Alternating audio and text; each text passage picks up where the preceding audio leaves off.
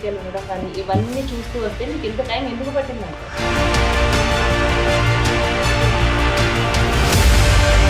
ఇదే కాన్స్టిట్యున్సీ, నేను ఒకటే కాన్స్టిట్యున్సీని పట్టుకొని ఉన్నా. నా సేవా కార్యక్రమాలను చాలా విస్తరించిన.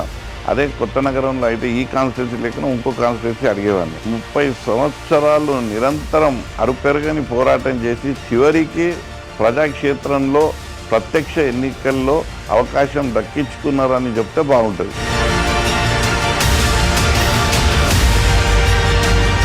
అసదుద్దీన్ని ఢీ కొట్టే సత్తా మీకుందని అంటే పార్టీ గుర్తించడానికి ఇన్నేళ్ళు ఎందుకు పట్టిందంటే?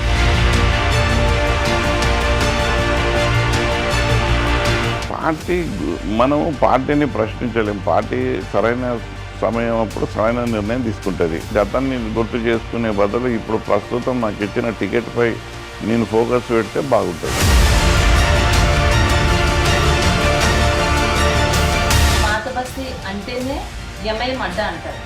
అలాంటి చోట గడ్డం శ్రీనివాస్ యాదవ్ చరిత్ర తిరగరాగిస్తారా?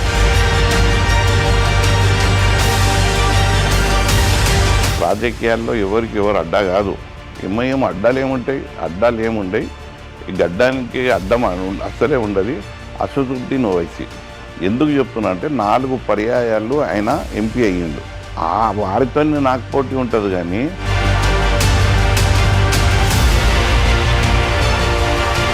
ఎంఐఎం బీజేపీ 2 పార్టీలు మతాలను నమ్ముకుని రాజకీయం చేస్తారు. మరి గడ్డం శ్రీనివాస్ యాదవ్ ఏ మతాన్ని నమ్ముకుని రాజకీయం? మతాన్ని నమ్ముకోడు. మతం నేను నమ్ముకున్నది అభివృద్ధి, నేను నమ్ముకున్నది డెవలప్మెంట్. నా జీవితం అంతా ఇదే. నేను ఇలా ప్రజల దగ్గరికి వెళ్ళి మాట్లాడుతున్న మాటలు అవే. ఆలోచన చెయ్యండి. గడ్డం శ్రీనివాస్ యాదవ్కి ఎందుకు ఓటు వేయాలంటే ఏం చెప్తారు? ఓటు వేయాలంటేనే నాకు ఇవ్వాలి. ఎందుకంటే ఇక్కడ ఎంఐఎం అధికారంలో ఎప్పుడు లేదు.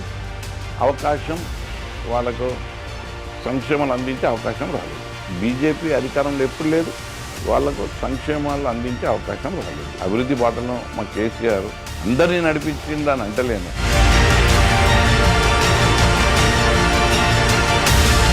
మీ నోట మరొకసారి మా వీకే న్యూస్ సాక్షిగా మీరు గెలిచిన తర్వాత ఎలాంటి కార్యక్రమాలు మీ ప్రజల కోసం ప్రజల కోసం చేయబోతున్నారో?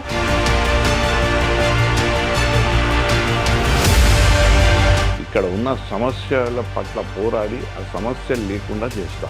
ఇది నా కమిట్మెంట్, ఇది నా పట్టుదల. నాకు అవకాశం ఇచ్చి చూడండి, నేను ఎంత పట్టుదల ఉంటాను.